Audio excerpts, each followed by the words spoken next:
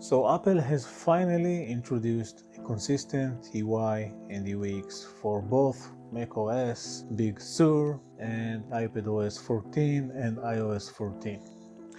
So what does all it mean when it comes to designing and developing applications for the Apple ecosystem? Well, first of all, it's nice to see that new users won't have this learning curve when they switch from Mac to iPad and iOS. But the major thing about the keynote was that Apple is finally ditching Intel and switching to ARM processors, their own custom silicon, which will be able to run iPad applications on macOS because they both are running on ARM. And another thing that Apple actually told us in the keynote is that we've been using the iPad Pro with the same chip that they've been using during the keynote on their Macintosh computers, which is amazing because this A12Z chip running professional graphic and video editing tools during their keynote, it's amazing because now we will have finally sort of cross-platform applications on the Apple ecosystem, just like we used to do with Windows 10, UWP, Universal Windows Platform, and obviously on the Linux side, because Linux is also an amazing operating system that is running on top of Intel CPU and ARM CPUs. So I think that it's a big milestone for Apple and well-expected one. In fact, I made an entire article series about this thing, including the UI and UX aspects and obviously the cross-platform OS and Apple switching to ARM. I think I wrote these articles during 2016 and I've been quoted on this on iDrop News, Gigabit Magazine and other tech news websites. But when we are talking about bringing iPad applications to macOS just because they are using the same architecture, the same ARM processors, I think that there is a major thing that we are not talking about, which is the iPad potentially being able to run macOS. Obviously, Apple won't do this because they want to separate the desktop OS from the touch OS, at least as for now. But technically, it means that the iPad can run macOS or even new applications that will be compiled for macOS Big Sur. So making these necessary UX changes to the macOS to be not only similar to the iPadOS, this was an essential thing that Apple has to do. Because now, technically, developers can take the same application that they've built for macOS and bring it to the iOS, especially to the iPadOS, and obviously they can go the other way, bringing their iPad applications to macOS. Now, it's amazing because we designers and developers can actually use Swift in order to create our applications and bring the best user experience that is possible for most of the Apple ecosystem, which means that we will have easier job in order to make our applications available on all Apple products. And in terms of consistency, we don't have to do much in order to suit our current applications to this ecosystem. So everybody on YouTube talking about how amazing it is to bring iPadOS applications to the macOS, but I think that the most important use case will be when we will see professional applications from the macOS that has been compiled to work on the new silicon on ARM will be able to reach to the iPadOS, which means that maybe in the future we will have the full version of Photoshop running on iPadOS and not the light touch version that Adobe has produced and introduced 2 or 3 years ago. So think about Final Cut Pro, think about Adobe Premiere, the full version. We are now on the verge of using every powerful application that we used to have on the desktop OS and bring it to the touch OS on the iPad Pro and really enhance this productivity machine that already has been so successful, and many creators actually managed to drop their MacBooks in order to be more mobile and creative while they are using their iPad Pros. And now we are closer than ever to this scenario, which is amazing. Technically it's possible, but eventually there are some UX challenges for the developers and the designers to decide if they can actually bring these desktop applications, especially when we are talking about these professional tools.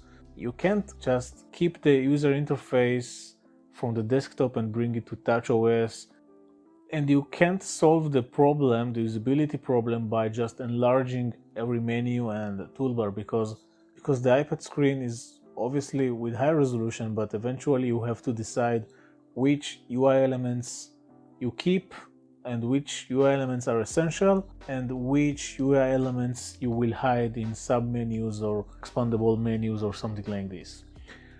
So the fact that technically it's possible doesn't mean that developers will do it.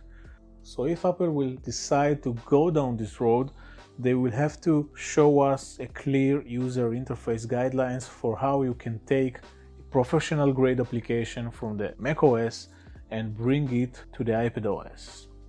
Obviously, large corporations such as Microsoft and Adobe will already know how to do it, but eventually when we are talking about third-party developers that don't always have a UX professional on their team, which makes sense. So as said before, Apple will have to introduce a proper user interface guidelines on their website for developers to do so without any problems and user experience issues. And the next issue that I want to raise is if Apple ever gonna merge between iOS and macOS. Because now everything I talked about a few years ago in my article series has happened. So Apple actually made the decision to make their ecosystem consistent. So now than ever before, macOS looks similar to the iPad OS and the iOS. It's interesting to me if Apple will take the same approach, just like Microsoft took a few years ago when they have decided that they will make Windows work on every architecture out there. Intel, AMD, and obviously ARM. But when we are talking about Apple loves control. Apple loves to control everything from the ground up. They are creating the hardware and they are creating the software. Therefore, they have the best user experience that is possible because their software is suited like a tailor-made suite for their hardware. And yes, there are some bad news. If you like Hackintosh projects, then you can forget about it because Intel-based hardware won't be able to run the new macOS after the next 2 years. So nobody knows what's gonna happen when they will completely ditch Intel, but right now you won't be able to run Windows 10 on a Mac computer. Even on their keynote, Apple has introduced only Linux on Mac and not Windows on Mac. And the final point that I want to talk about is also something that I have wrote about in my first article on this series. Will we ever see a modular device from Apple? Because once they will have a cross-platform OS, then they will have some sort of full spectrum OS, which I'm sure if Apple ever decide to do so, hands down they will do it better than Microsoft and anybody else, with the best user experience that is possible. But now, because Apple actually introduced their own custom silicon, you've seen big YouTubers asking the same question.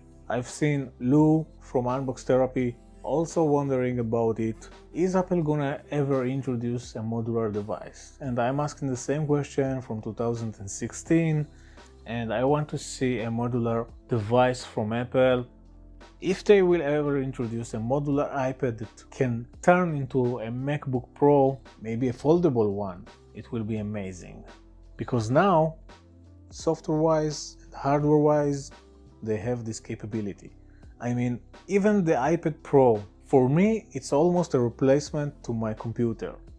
Unless, just I wrote a few years ago, they are gonna merge iOS and macOS.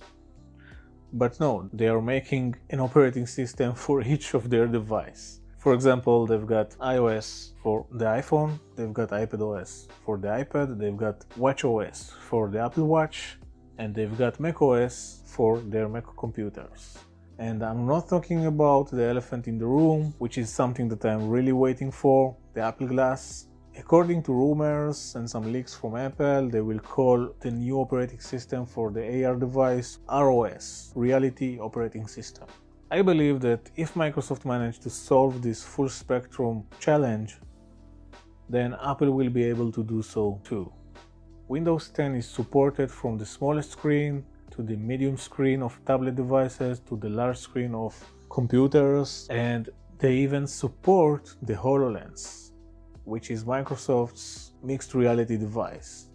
And in terms of user experience and user interface design guidelines, Microsoft has done an amazing job. But now we see that Apple took some inspiration, maybe even from Microsoft's Fluent design, because the new macOS Big Sur actually takes some very interesting design approaches that we've seen already in Windows. So once again, the secret lies in the user experience that Apple will deliver. And I believe that Apple will do it better than anybody else. I'm so excited about this future, so let's wait and see if Apple will actually go down this road. And as always, you're welcome to comment down below and share with me your opinions about it. So bye guys, I will see you in the next one.